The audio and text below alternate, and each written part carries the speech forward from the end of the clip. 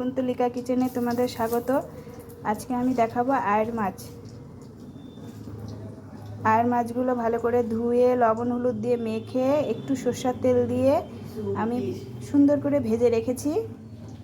আলু এইভাবে কেটে ভেজে রেখেছি। এরপর তেল গরম করে জিরা সম্বারা দিয়ে তেজপাতা দিয়ে এই যে পেস্টটা বানিয়ে নিয়েছি, আদা জিরা ধনের গুঁড়ো হলুদ লঙ্কার গুঁড়ো দিয়ে এই পেস্টটা বানিয়ে নিয়েছি। দেখো, এই পেস্টটা দিয়ে দিলাম। আলুগুলো ছেড়ে দিব, লবণ দিয়ে দিব। এই সময় মাছগুলো ছেড়ে দিব, আর মাছগুলো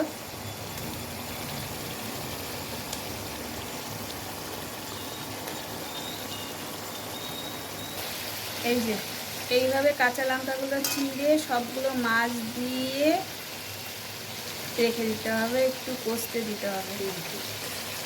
এই দেখো তেল বের হয়ে এসছে, এই তেল বের হয়ে আসলেই জল দিয়ে দিতে হবে। গরম মশলা ঘি দিয়ে নামিয়ে নিতে হবে। ঝাল মিষ্টি একটু দেখে নামিয়ে নিবা। এই যে আমার রান্না কমপ্লিট। ভালো লাগলে লাইক করো, শেয়ার করো, কমেন্ট করো, সাবস্ক্রাইব করতে ভুলো না।